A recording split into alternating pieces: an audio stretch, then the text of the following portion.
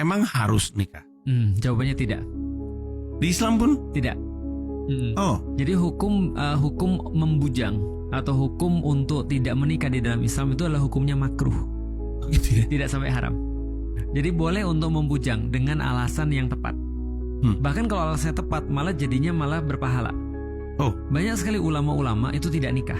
Alasannya adalah sederhana. Mereka bilang ilmu ini kalau nggak aku yang cari, ini maka bisa jadi nggak akan ada yang dapat. Maka kalau aku menikah, kenikmatannya itu diriku sendiri, tapi kalian nggak dapat apa-apa. Tapi kalau aku tidak nikah, maka aku punya waktu 100% untuk ilmu dan manfaatnya untuk orang banyak. wow. Itu hanya satu dari kriteria kenapa boleh tidak menikah. Iya, tapi kalau misalnya dia cuma aku nggak mau aja, ya udah berarti makruh. Berarti tidak sampai haram. Saya agak terkejut. Saya pikir kita diwajibkan untuk menikah. Nggak diwajibkan. Di Islam ada banyak tokoh-tokoh yang nggak menikah. Banyak. Karena kan saya dengarnya menikah semua sih kayaknya. Imam Nawawi nggak menikah.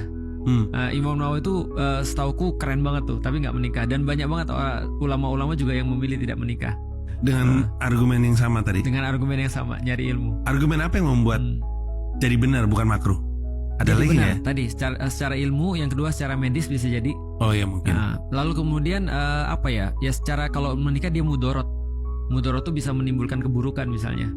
Ya apapun lah yang mungkin dia sangka bahwa menikah tuh menimbulkan keburukan, jadi nggak boleh. Jadinya bagus tuh. Jadi kita tidak diwajibkan untuk beranak pinak sebenarnya? Nggak diwajibkan. Soalnya kan gue sedikit tahu. Ya. Ada di Al-Quran ayat yang menyatakan bahwa kita semua diciptakan berpasangan. Betul. Tapi kalau misalkan ternyata tidak menikah itu nggak apa-apa atau minimalnya makruh, Ya. kan nggak ketemu.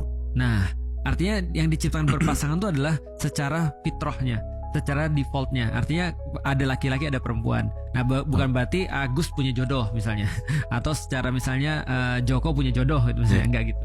Oh, oke. Nah, oke. Jadi sebenarnya kita nggak apa-apa nih Nggak untuk apa-apa. laki dan perempuan. Betul.